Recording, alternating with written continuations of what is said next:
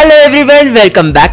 भैया आज के वीडियो में हम लोग पढ़ने वाले हैं a question of trust chapter को, जिसे लिखा है विक्टर कैनिन ने। तो ये कहानी कुछ ऐसे स्टार्ट होती है। हॉरेस डेनबॉय नाम का एक इंसान था जो कि 50 साल का था, अनमैरिड था, काफी अच्छा इंसान था और एक ऑनेस्ट सिटीजन भी था। हॉरेंस के साथ एक हाउसकीपर रहता था जो उसकी हेल्थ की बहुत फिक्र करता था। हॉरेंस काफी खुशमिजाज किस्म का व्यक्ति था, वो सभी से अच्छे से बात करता था। बस प्रॉब्लम एक ही थी कि उसे समर में कभी कभी हे फीवर्स के अटैक आ जाया करते थे। मैं तुम्हें बता दूं, अगर किसी इंसान को हे फीवर का अटैक आ रहा है ना, इसका मतलब उसे बार बार छींक आएगी किसी प्लांट, पौधे या फिर फ्लावर की वजह से। हॉरेंस का लॉक एंड की का बिजनेस था, मतलब ताला चाबी बनाने का बिजनेस था, जिसमें 2 हेल्पर उसकी मदद किया करते थे। ये सब सुनकर तुम्हें लग रहा होगा कि हॉरेंस काफी अच्छा इंसान होगा, काफी रिस्पेक्टफुल इंसान होगा और काफी ऑनेस्ट इंसान होगा, है ना? तो हाँ, तुम काफी हद तक सही हो। हॉरेंस काफी अच्छा इंसान था, रिस्पेक्टफुल भी था, लेकिन ऑनेस्ट, पूरा ऑनेस्ट बिल्कुल भी नहीं। और ऐसा इसलिए क्योंकि आज से 15 साल पहले हॉरेंस को जेल हुई थी,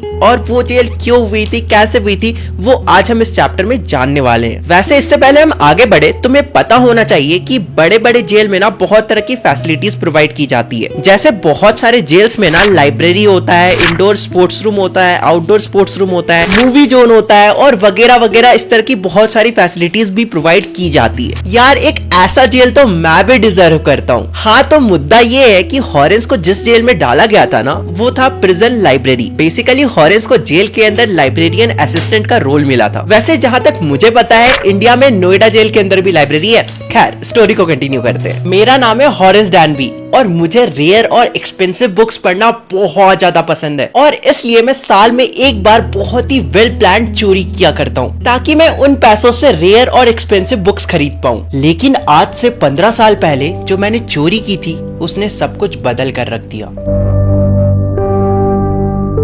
जुलाई का महीना था, चमचमाती धूप थी और हर साल की तरह मैं श्योर था कि इस बार भी मैं सक्सेसफुल चोरी तो कर ही लूंगा। मैं 2 हफ्तों से एक घर के बारे में स्टडी कर रहा था जो कि सॉर्ट ओवर रेंज में था, जैसे कि उस घर का इलेक्ट्रिक वायरिंग कैसा है, उस घर का पाथ कैसा है और उस घर में गार्डन कितना बड़ा है। मैंने उस घर के बारे में एक एक चीज पता कर रखा था। उस घर के ओनर लंदन में थे। फिलहाल उस घर में 2 नौकर थे और दोनों ही आज दोपहर को मूवी देखने जाने वाले थे। मैं उन 2 नौकर को या फिर कह लो उन 2 सर्वेंट्स को अपने आंखों से मूवी देखने जाते देखता हूँ। फिर मैं पूरी तैयारी से अपनी टूल किट वाली बैग लेकर गार्डन के पीछे वाले वॉल से अंदर घुस जाता हूँ, कूद कर ऑब्वियसली। और मुझे ये भी पता था कि उस घर के अंदर 15,000 पाउंड्स के ज्वेलरी रखे हुए हैं। और फिर मैं सोचता हूँ कि अगर मैं इन ज्वेलरीज को एक एक करके भी बेचूंगा तो मुझे आराम से 5,000 पाउंड तो मिल ही जाएगा। अब तुम लोग सोच रहे होगे कि अगर वो 15,000 पाउंड का ज्वेलरी चुराएगा तो उसे 5,000 पाउंड क्यों मिलेगा, 15,000 मिलना चाहिए ना। तो देखो, मैं तुम्हें समझाता हूँ। मान लेते तुम पॉकेट मारो, ऑफेंड मत हो जाना, बस मान लो कि तुम पॉकेट मारो और तुमने किसी का आईफोन 14 प्रो मैक्स चुरा लिया। अब देखो, ऐसे तो उस फोन का दाम 1.5 लाख रुपया है, लेकिन अगर तुम सेकंड हैंड मतलब चोरी करके बेचने जाओगे तो तुम्हें सिर्फ 50-60 हजार रुपया ही मिलेगा ना। तो वैसे ही हॉरेंस भी अनुमान लगा रहा है कि उसे 15,000 पाउंड की ज्वेलरी को अगर वो बेचने जाएगा तो उसे 5,000 पाउंड तो मिल ही जाएगा। और इतने पैसों से वो आराम से इस बार ऑटम में आ रहे 3 इंटरेस्टिंग बुक्स को खरीद लेगा और मस्त एंजॉय करते हुए 1 साल तक उन बुक्स को पढ़ेगा। जब सर्वेंट्स जा रहे होते हैं, मैं ध्यान से उनको ऑब्जर्व कर रहा होता हूँ। वो लोग मेन गेट का चाबी लगाते हैं और किचन के डोर के ऊपर वाले हैंगर में उसे टांग देते हैं। मैं ग्लोव्स पहनता हूँ ताकि कोई फुटप्रिंट ना आए, वहां से चाबी निकालता हूँ और अच्छे से गेट को खोलकर उस घर के अंदर घुस जाता हूँ। हालांकि उस घर के किचन के अंदर एक छोटू सा प्यारा सा डॉग था जो मुझे देखकर भौं भौं मतलब भौंकने लगता है। वैसे मुझे पता था कि डॉग्स को शांत कैसे करना है, बस उन्हें थोड़ा सा प्यार दिखाओ और प्यार से उनका नाम ले लो, वो शांत हो जाएंगे बस। इसलिए मैं उस डॉग का नाम लेता हूँ और कहता हूँ, ऑल राइट सेरी, बैठ जाओ। और वो जो डॉग होता है जिसका नाम सेरी होता है वो वहाँ पर बैठ जाता है। मतलब कि बेसिकली वो जो डॉग होता है वो शांत हो जाता है। सेफ को ड्राइंग रूम में किसी पेंटिंग के पीछे छुपाया गया था, इसलिए हॉरेंस जब ड्राइंग रूम जाता है वहाँ पर वो बहुत सारे पेंटिंग्स को, खूबसूरत खूबसूरत पेंटिंग्स को देखता है। तो वो एक पल के लिए सोचता है कि उसे बुक छोड़कर पेंटिंग्स चुराना चाहिए, लेकिन फिर वो सोचता है कि उसके रूम में मतलब उसके घर में इतना जगह नहीं है कि वो इतने सारे पेंटिंग्स को रख पाएगा। इसलिए वो वहीं पर वो आइडिया को ड्रॉप कर देता है। उस रूम में एक टेबल था जिसमें ग्रेट बाउल्स ऑफ फ्लावर्स रखे हुए थे, बेसिकली फ्लावरिंग पॉट रखा हुआ था, जिसकी वजह से मुझे बार बार छींक आ रही थी। हालांकि मैं अपने छींक को इग्नोर करता हूँ और अपने बैग से उन टूल्स को निकालता हूँ जिसकी मदद से मैं सेफ को खोलने वाला था। हॉरेंस के पास चोरी करने के लिए 4 घंटे थे, क्योंकि 4 घंटे बाद वो जो सर्वेंट्स थे वो वापस आने वाले थे। हालांकि उसके लिए लॉक तोड़ना कोई बड़ी बात नहीं थी, क्योंकि उसका खुद का लॉक एंड की का बिजनेस था। ऊपर से उस सेफ के अंदर जो अलार्म सिस्टम लगाया गया था ना, वो बहुत ही बेकार और बहुत ही सिंपल सा था, उसे कोई भी तोड़ सकता था। हॉरेंस ड्राइंग रूम से निकलकर हॉल में जाते हैं और वहां पर अलार्म का एक वायर था, उसे काट देते हैं। बस अब क्या, अब वो अलार्म नहीं बजने वाला था। लेकिन फिर जब वो वापस से ड्राइंग रूम जाते हैं तब उन्हें वापस से एक बार छींक आ जाती है उन फ्लावरिंग पॉट्स की वजह से। यहाँ पर हॉरेंस सोच रहे होते हैं कि लोग कितने बेवकूफ होते हैं जो इतने महंगे महंगे वैल्यूएबल चीजें लेते हैं या खरीदते हैं। वैसे मुझे इस घर में चोरी करने का आइडिया एक मैगजीन के आर्टिकल से आया, क्योंकि उस आर्टिकल में इस घर के एक एक रूम के बारे में बताया गया था और साथ ही साथ इस घर के एक एक पेंटिंग्स के बारे में भी बताया गया था। बस यही नहीं, उन आर्टिकल्स में तो ये तक लिख दिया गया था कि इन्हीं किसी पेंटिंग के पीछे एक सेफ भी है। हालांकि मुझे बार बार छींक आ रही है, मैं बहुत ज्यादा परेशान हो चुका हूँ, इसलिए मैं अपने पॉकेट से हैंकरचीफ को निकालता हूँ और अपने मुंह में बांध लेता हूँ। तुमने भी स्कूल में बांधा ही होगा। लेकिन तभी मेरे पीछे दरवाजे के पास से आवाज आती है, what it is, a cold और हे फीवर। इससे पहले कि मैं कुछ सोच पाता, मैं चीखते चीखते बोलता हूँ हे फीवर, मतलब कि मुझे हे फीवर है। और इतने में मुझे दोबारा पीछे से आवाज आती है, वैसे तुम्हें पता है तुम इस बीमारी को एक स्पेशल ट्रीटमेंट की मदद से ठीक कर सकते हो। अगर तुम्हें पता चल जाए कि तुम्हें कौन सी प्लांट या फिर फ्लावर से ये छींक आती है, हे फीवर होती है, तो तुम इसे आसानी से ठीक कर सकते हो। मेरे अकॉर्डिंग तुम्हें डॉक्टर को दिखा लेना चाहिए, क्योंकि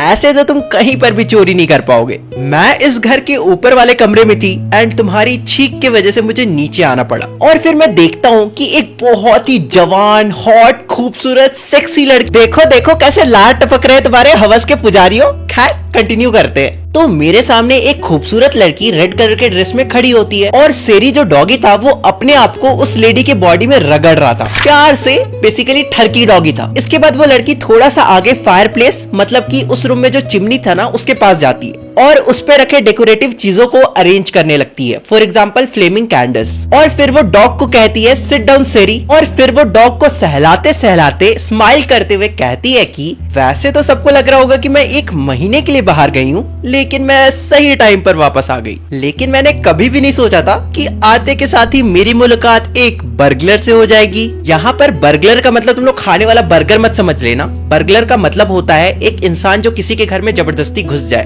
बेसिकली तुम चोरी समझ सकते हो। मैं नोटिस करता हूँ कि ये लड़की मेरे ऊपर भड़क नहीं रही है। इसका मतलब अगर मैंने इससे अच्छे से ट्रीट किया, मैं इससे अच्छे से बात करूंगा, तो हो सकता है ये मुझे वापस जाने दे दे। इसलिए मैं रिप्लाई करता हूँ और कहता हूँ कि हाँ, मुझे भी उम्मीद नहीं थी कि मैं इस घर के किसी मेंबर से मिलूंगा। हाँ, पर मैं तो आ गई ना। What inconvenience. बहुत बुरा हुआ, लेकिन अब तुम क्या करने वाले हो? पहले तो मैंने सोचा था कि मैं यहाँ से भाग जाता हूँ। ऑफ कोर्स तुम भाग सकते थे, लेकिन मैं पुलिस को कॉल कर देती और तुम बाहर पकड़े जाते। नहीं, मैं जाने से पहले टेलीफोन वायर्स को कट कर देता और फिर उसके बाद जाने दो, नहीं बोल रहा। बस इतना ध्यान रखता कि तुम अगले कुछ घंटों तक कुछ भी नहीं कर पाते।